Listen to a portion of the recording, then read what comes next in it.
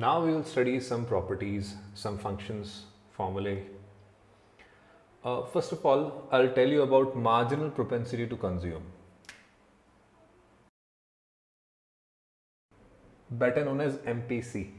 Marginal propensity to consume या MPC वो ratio होता है जिस रेशियो में आपकी इनकम चेंज होने पर कंजम्पशन भी चेंज होगा. In simple words, MPC equals to delta C upon delta Y. Delta मतलब चेंज, C कंजम्पशन हम जानते हैं, और Y इनकम ये भी हम जानते हैं. सो MPC से हमको क्या मिलता है? हमको ये पता पड़ता है कि अगर हमारी इनकम लेट्स से 100 रुपीज़ से बढ़ी तो हमारा कंजम्पशन किस रेशियो में बढ़ रहा है. अगर MPC का जैसे वैल्यू 0.6 है, इसका मतलब 100 रुपीज़ की इनकम बढ़ने पर 60 रुपीज़ का कंजम्पशन बढ़ गया, right. So it is that easy concept. हम MPC को B से भी डिनोट करते हैं. MPC is denoted by small b, और बहुत ही ज़रूरी है ये, हमें कंजम्पशन फंक्शन जज करने में काम आता है. उससे पहले मैं आपको बताऊंगा marginal propensity to consume, sorry marginal propensity to save.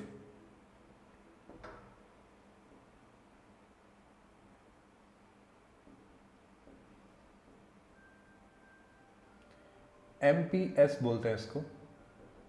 MPS या मार्जिनल प्रोपेंसिटी टू सेव, इसको स्मॉल s से डिनोट किया जाता है.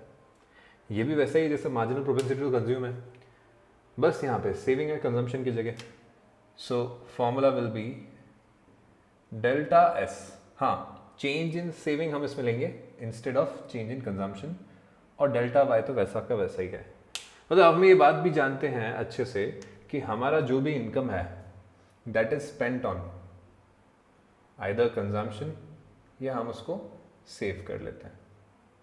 तो हमारी इनकम के अंदर कोई चेंज होगा ना, वो या तो कंजम्पशन के चेंज में रिफ्लेक्ट होगा या हमारी सेविंग में चेंज की तरह रिफ्लेक्ट हो जाएगा. ये दोनों ही बातें सही है. तो इसीलिए हम बोलते हैं कि अगर मेरा इनकम में चेंज आया है तो सेविंग में भी कुछ चेंज आया होगा, और उसी का रेशियो मेरे लिए MPS है. ये मेरे को सेविंग फंक्शन डराइव करने में हेल्प करेगा. बट फिलहाल तो थोड़ा सा ये समझें कि डेल्टा C क्या होता है. Delta C is equals to change in consumption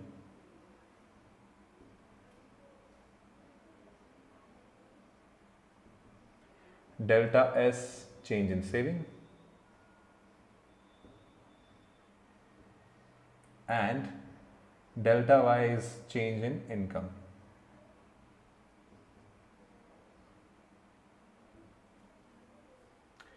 क्या हो अगर मैं MPC और MPS को जोड़ दूं तो इनकी वैल्यू 1 आएगी. ऐसा कैसे हो सकता है, क्यों हो रहा है? थोड़ा डेरिवेशन करके देख लेते हैं. MPC का मतलब होता है delta C upon delta Y. ऐसे ही MPS की जगह लिख सकता हूँ मैं delta S upon delta Y. Numerator अलग है, डिनोमिनेटर सेम है. डिनोमिनेटर को कॉमन ले लेता हूँ. डेल्टा Y ऊपर आ जाएगा delta C plus delta S. Delta C और डेल्टा S को हम बोलते हैं डेल्टा Y. सो एंड में हमारे पास आएगा delta Y divide by delta Y which is equal to 1. मतलब MPC और MPS का एडिशन हमारे लिए 1 हो जाएगा.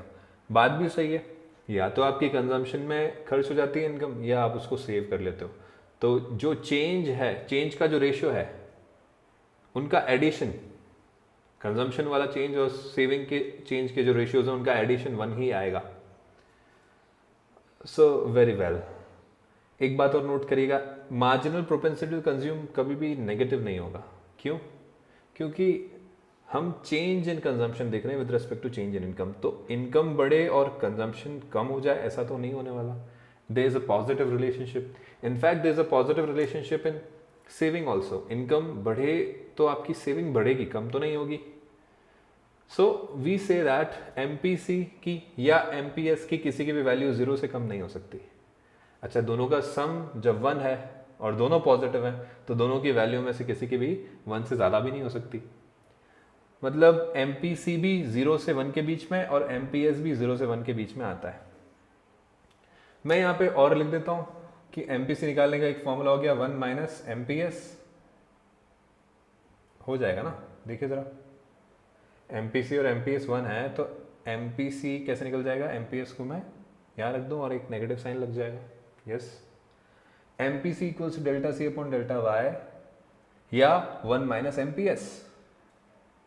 ऐसे ही MPS का फॉर्मूला 1 माइनस MPC। MPC को हम क्या बोलते हैं? B। मैं इसको 1 माइनस B भी बोल सकता हूँ।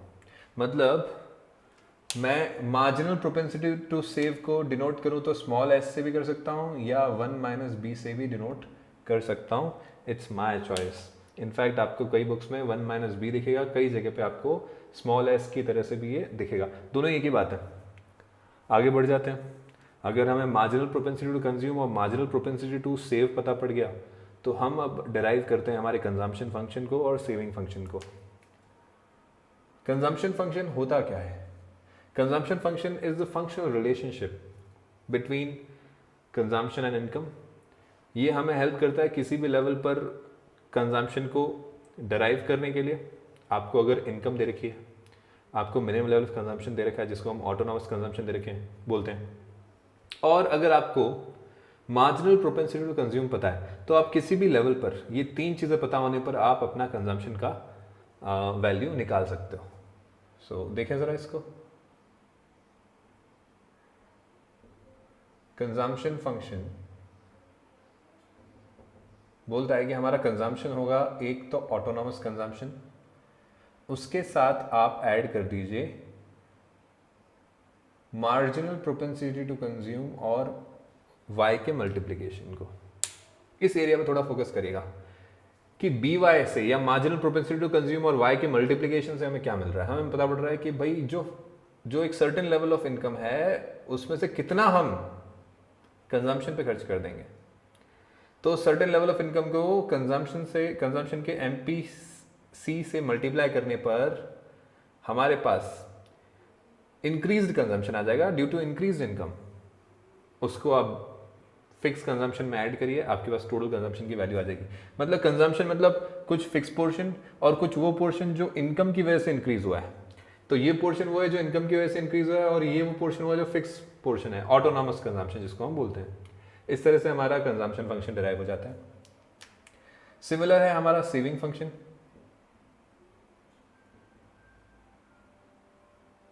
सेविंग फंक्शन बोलता है कि सेविंग होगी S bar plus 1 minus B into Y. मैं यहां पे S बार लिखूं या माइनस S बार लिखूं, बात एक ही है। बात एक ही कैसे हो सकती है?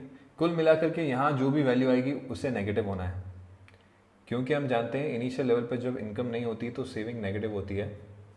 तो मैंने नोट्स में आपको नेगेटिव S बार दिया है, आप इसको सिंपली S बार भी लिख सकते हैं। कुल मिलाकर के ये बात याद रखना कि this value has to be negative always. In fact ये जो वैल्यू है वो C बार के बराबर होती है, बस एक साइन का फर्क होता है। मतलब I can say that C bar equals to minus S bar. कभी कभी आपको क्वेश्चन में अगर S बार नहीं मिल रहा तो आप क्या करिए, C बार की वैल्यू लीजिए, उसको नेगेटिव कर दीजिए, उतना ही आपका S बार होगा। सो S इक्वल्स टू S बार जो कि एक नेगेटिव वैल्यू है, क्योंकि हमारा इनिशियली सेविंग नेगेटिव होता है, नेगेटिव से स्टार्ट होता है, आपको याद होगा ग्राफ, नेगेटिव से आपका सेविंग ऊपर जाता है। तो सेविंग जब नेगेटिव होता है उसमें आप ऐड कर दीजिए 1 माइनस बी। 1 माइनस बी का मतलब मार्जिनल प्रोपेंसिटी टू सेव, या इसको मैं स्मॉल s से भी लिख सकता हूं, और I can write small s instead of 1 minus B. मतलब मेरा सेविंग फंक्शन हो सकता है S bar plus small s into Y.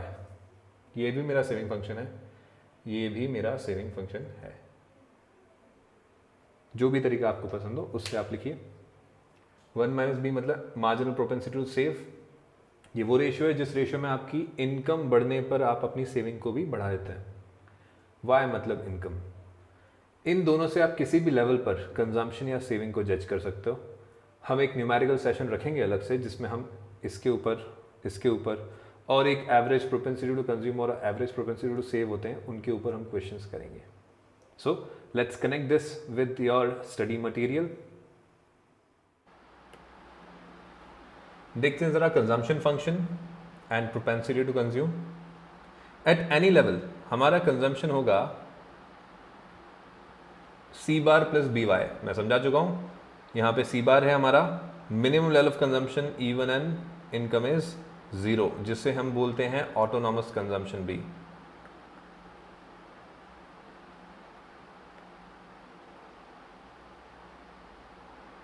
सो ऑटोनॉमस कंजम्पशन को मैं ऐड करूंगा marginal propensity to consume into income से।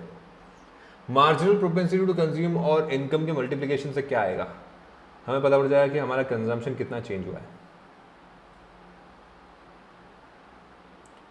अब मार्जिनल प्रोपेंसिटी टू कंज्यूम क्या होता है, I already told you, formula है delta C upon delta Y, ratio of change in consumption to change in income. In fact ये वाली बात बताता है कि आपकी इनकम चेंज होने पर आपके कंजम्पशन में क्या चेंज होगा, उसका एक रेशियो, उसका एक परसेंटेज हमारा मार्जिनल प्रोपेंसिटी टू कंज्यूम होता है। कंजम्पशन फंक्शन बड़े आराम से समझ में आ गया।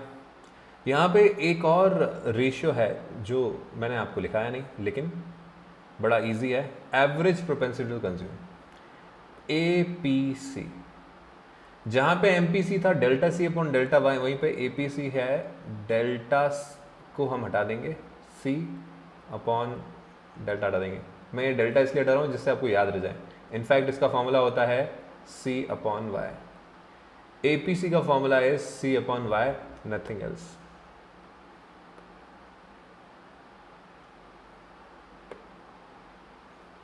ये ओवरऑल एवरेज निकाल रहा होता है कि अब तक जो भी कंजम्पशन है वो ऑन एन एवरेज इनकम के रेस्पेक्ट में कितना परसेंट है, क्या रेशियो है कंजम्पशन का और इनकम का अब तक। मार्जिनल बताता है कि जो इंक्रीमेंट है इनकम में या जो रिडक्शन है इनकम में, उसकी वजह से कितना चेंज करस्पॉन्डिंग कंजम्पशन में हुआ है। सो मार्जिनल एंड टोटल वाली बात है, इसीलिए मार्जिनल प्रोपेंसिटी टू कंज्यूम और एवरेज प्रोपेंसिटी टू कंज्यूम यहाँ पे दोनों के लिए अलग अलग चूज किया गया है। अगला हमारा सेविंग फंक्शन है। सेविंग फंक्शन मैं आपको बता चुका हूँ, यहाँ पर स्टार्टिंग में जो वैल्यू है दैट इज ऑटोनॉमस सेविंग्स। कमाल की बात यह है कि हमारा सी बार जो है वो माइनस एस बार के बराबर होता है। मतलब अगर मेरे को कंजम्पशन पता है ऑटोनॉमस लेवल का, तो मैं ऑटोनॉमस सेविंग्स निकाल पाऊंगा। ऐसा हमारे एग्जाम्पल में तो था नहीं, देखते हैं हमारे एग्जाम्पल में भी था ऐसा। देखिए ऑटोनॉमस कंजम्पशन या सी बार है 20 और एस बार है -20। मतलब सी बार और नेगेटिव एस बार, सी बार और नेगेटिव एस बार इक्वल हैं।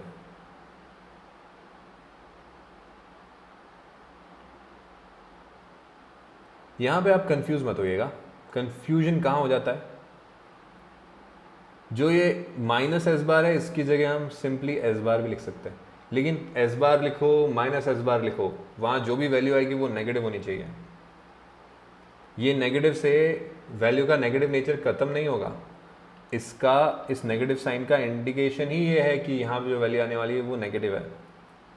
Plus 1 minus B into Y. अब 1 माइनस बी क्या होता है आप लोग जानते हैं, MPS। 1 minus b equals to MPS because we know that 1 minus MPC equals to MPS. Simple. Y मतलब इनकम। सो अगेन ये हमारा सेविंग फंक्शन वैसा ही है जैसा कंजम्पशन फंक्शन होता है, थोड़े से चेंजेस के साथ। आगे बढ़ते हैं। मार्जिनल प्रोपेंसिटी टू सेव, ये क्या चीज़ है? Marginal propensity to save saving का चेंज और इनकम के चेंज का रेशियो है। It is the ratio of change in saving to change in income. जैसे मार्जिनल प्रोपेंसिटी टू कंज्यूम था delta C upon delta Y, वैसे ही मार्जिनल प्रोपेंसिटी टू सेव है delta S upon delta Y. I hope this is also clear. मैं आपको एक बात बताना रह गया, 1 माइनस बी को हम स्मॉल एस से भी रिप्रेजेंट करते हैं, बता दिया था वैसे, यहाँ पर हमारी लाइन रह गई थी। अच्छा next is average propensity to save. जैसे एवरेज प्रोपेंसिटी टू कंज्यूम था वैसे ही एवरेज प्रोपेंसिटी टू सेव है, यहाँ पे भी डेल्टा साइन का यूज़ नहीं करेंगे, सेविंग अपॉन इनकम कर देंगे। तो APS equals to S upon Y और APC equals to C upon Y. ज़रा बताइए, एपीएस और एपीसी को ऐड करूंगा तो क्या वैल्यू आनी चाहिए? 1। एपीसी प्लस एपीएस, इसका मतलब हो जाएगा C upon Y plus S upon Y. Y denominator is common ले लेते हैं, सी प्लस एस हम जानते हैं वाई होता है, Y upon Y equals to 1। So we can say that A P S plus A P C equals to 1। मतलब A P S equals to 1 minus A P C also and A P C equals to 1 minus A P S also. सारे फॉर्मूले हमें कहीं ना कहीं numerical calculations में काम आएंगे। बड़ा मज़ा आने वाला है, पक्के से एक न्यूमेरिकल क्वेश्चन इस चैप्टर से आता है और बहुत ईजी होता है। कुछ कमाल की बात है। Some observations, these are really important. MPC और एमपीएस को ऐड करोगे 1 आएगा, पक्की बात है आएगा। एपीसी और एपीएस को ऐड करेंगे तब भी 1 आएगा, हम देख चुके हैं दोनों के डेरिवेशंस। अगली कमाल की बात, ध्यान से देखिएगा, both MPS and MPC can never be less than 0। MPC की वैल्यू 0 से कम नहीं हो सकती, एमपीएस की भी नहीं हो सकती। इनकी वैल्यू हमेशा पॉजिटिव रहेगी, साथ साथ में इनकी वैल्यू 1 से ज़्यादा बड़ी नहीं होगी। मतलब it will range from 0 to 1, 0 से लेके 1 के बीच में 0.7 हो सकता है, 0.5 हो सकता है, 3 हो सकता है, 7.5 हो सकता है, 0.99 हो सकता है, सब हो सकता है, लेकिन 1 या उससे ज़्यादा नहीं होगा। 1 से ज़्यादा तो नहीं होगा, 1 भी हो सकता है मान लिया, पर 1 से ज़्यादा नहीं होगा। न तो एमपीसी की वैल्यू न एमपीएस की वैल्यू कभी 1 से ज़्यादा होगी, न 0 से कम होगी। ऐसा एपीसी और एपीएस के साथ नहीं है, वहाँ पे आपकी वैल्यूज नेगेटिव भी हो सकती हैं। इनफैक्ट सेविंग का फर्स्ट लेवल, इनिशियल लेवल तो नेगेटिव होता है, तो एपीएस तो नेगेटिव से ही शुरू होता है, एपीसी नेगेटिव नहीं होता। Consumption can not be negative, APC can not be negative, but APS is negative when S is negative. I hope ये भी समझ में आया। क्या APC की वैल्यू 1 से बड़ी हो सकती है? बिल्कुल होगी स्टार्टिंग में, क्योंकि हमें कॉम्पनसेट करना है ना। APS नेगेटिव है, नेगेटिव वैल्यू और एक ऐसी पॉजिटिव वैल्यू जिनको जोड़ करके 1 आता हो, ऐसा करने के लिए हमें APC को 1 से ज़्यादा रखना पड़ता है। Initially APC is more than 1। थोड़े कैलकुलेशंस करके देखें, व्हाई नॉट। हमारी एग्जाम्पल में देख लेते हैं, यही एग्जाम्पल है। एमपीसी का formula, yes, delta C upon delta Y. First level पे डेल्टा नहीं जज कर सकते हैं, क्योंकि डेल्टा का मतलब होता है चेंज। तो मैं फर्स्ट लेवल पे डेल्टा सी कैसे निकालूँ? कंजम्पशन इज 20, बट पिछला वाला कंजम्पशन नहीं पता क्योंकि कुछ डेटा ही अवेलेबल नहीं है। So I can say that first level पर न एमपीसी न एमपीएस हम कुछ नहीं निकाल पाएंगे। मतलब मार्जिनल वैल्यूज जो भी होती है ना, शुरुआत में तो निकलती ही नहीं है, वहाँ डैश आता है सिर्फ। डैश मतलब ये इन्फॉर्मेशन पूरी नहीं है, यहाँ हम कैलकुलेशंस नहीं कर सकते। लेकिन नेक्स्ट वैल्यू पे क्या हम चेंज इन कंजम्पशन देख सकते हैं? यस वी कैन सी, हमारा कंजम्पशन 20 से बढ़ करके 25 हो चुका है। Consumption has change from 20 to 25। 20 से 25 का जैसे कंजम्पशन हुआ, मतलब डेल्टा सी इज व्हाट, यहीं पे लिख देता हूँ, delta C equals to 5 and delta Y 0 से 20 हो गया, तो delta Y equals to 20। Yes, तो एमपीसी की वैल्यू हुई 5/20। 5/20 को अगर कैंसिल आउट करें, कट करें, तो इट विल बी 0.25। एमपीसी का फर्स्ट वैल्यू 0.25। नेक्स्ट वैल्यू कैसे निकालेंगे? सेम तरीका, delta C upon delta Y. Delta C फिर से मेरे को दिख रहा है 5, क्यों 25 से 30 पहुंच गए, तो दैट इज़ 5। डेल्टा वाई मुझे फिर से नज़र आ रहा है 20।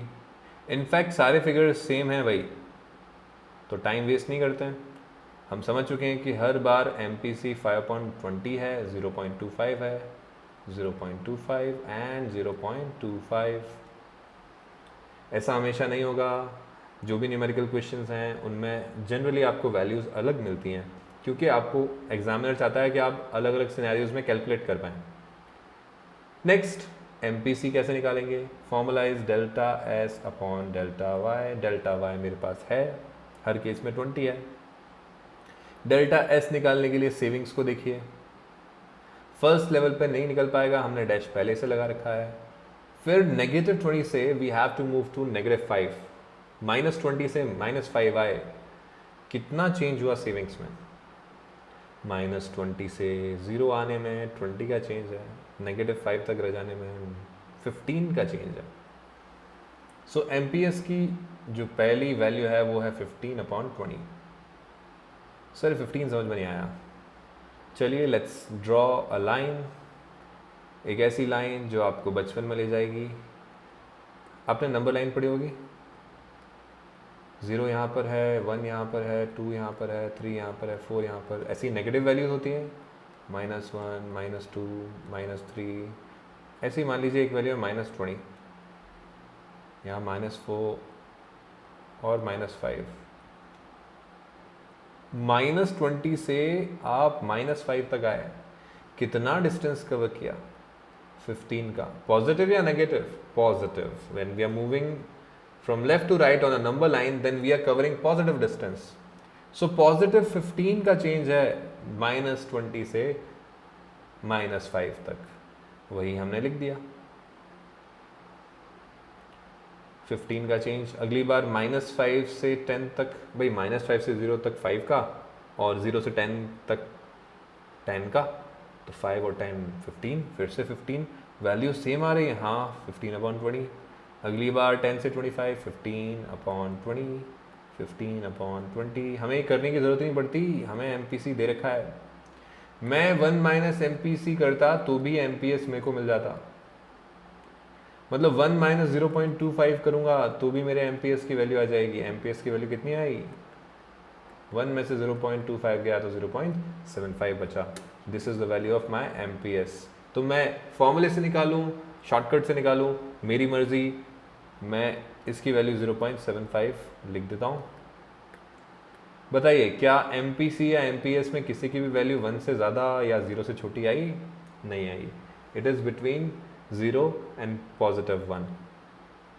MPS एंड MPC का कैलकुलेशन हमें आ गया।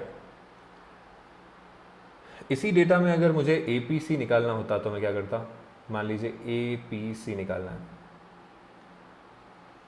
सो एवरेज प्रोपेंसिटी टू कंज्यूम निकालना है।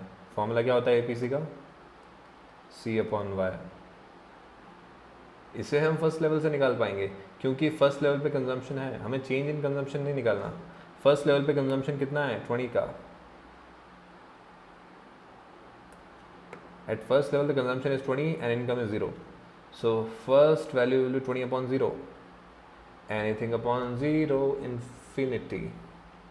So APC can start from infinity as well. अगला 25/20, 25 divided by 20, 1.25. It is a positive value and even bigger than 1. It can happen, yes. MPC के साथ ऐसा हो सकता है कि इसकी वैल्यू 1 से भी ज़्यादा है, लेकिन बहुत टाइम तक ऐसा नहीं चलेगा। 30 divided by 40. So the next value equals to 30 divided by 40, 0.75. Next value 35 divided by 60, उसके बाद 40 divided by 80। हमारी सारी वैल्यू इस तरह से आ जाएंगी APC की। मैं बाकी सारी निकाल नहीं रहा। सर APS कैसे निकलेगा? APS का फॉर्मूला होता है S/Y, साथ साथ मैं 1 - APC भी कर सकता हूँ, और 1 - APC, इससे भी आ जाएगा, जो भी तरीका आपको पसंद हो। So 1 - APC, 1 - infinity equals to -infinity. First value is -infinity। दूसरा तरीका क्या निकालने का? -20 विच इज -S, एंड उसको डिवाइड कर दो 0, S/Y। कितना आया? Anything divide by 0 is infinity. Negative values को 0 से डिवाइड करेंगे तो negative infinity, that's why we got -infinity in place of APS। अगली वैल्यू हो जाएगी -5 डिवाइडेड बाय 20। -5 डिवाइड बाय 20 मतलब हमारी वैल्यू आएगी 0.25 नेगेटिव का। अगली वैल्यू हमारी आ जाएगी 25, 0.25 पॉजिटिव का। इस तरह से हमारी वैल्यूज चलती रहेंगी। Not that hard. APC और APS के बचे हुए बाकी 2 लेवल आप लोग निकालिए। आई होप ये कैलकुलेशन समझ में आई। चिंता मत करो, मैं कैलकुलेशन यहाँ ख़त्म नहीं कर रहा हूँ, इसके लिए सेपरेट मैं एक सेशन रखूँगा जिसमें सिर्फ हम क्वेश्चंस को सॉल्व करेंगे और देखेंगे उनका प्रेजेंटेशन कैसे करना है एग्जाम में। आगे बढ़ते हैं। नोट,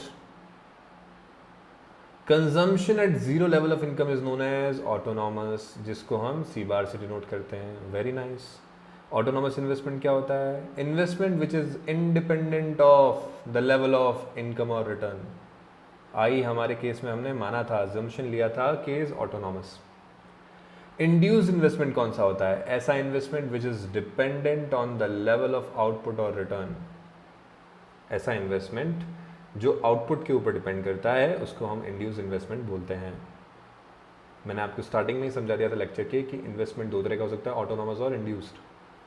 सो इंड्यूस्ड हमें यहाँ पे कंसिडर करके नहीं चलना है। That's how we are ending this chapter here only. Now what is left? We have to do certain numericals. Also, we have to see that how we will be going to present those numericals in exam to get full marks.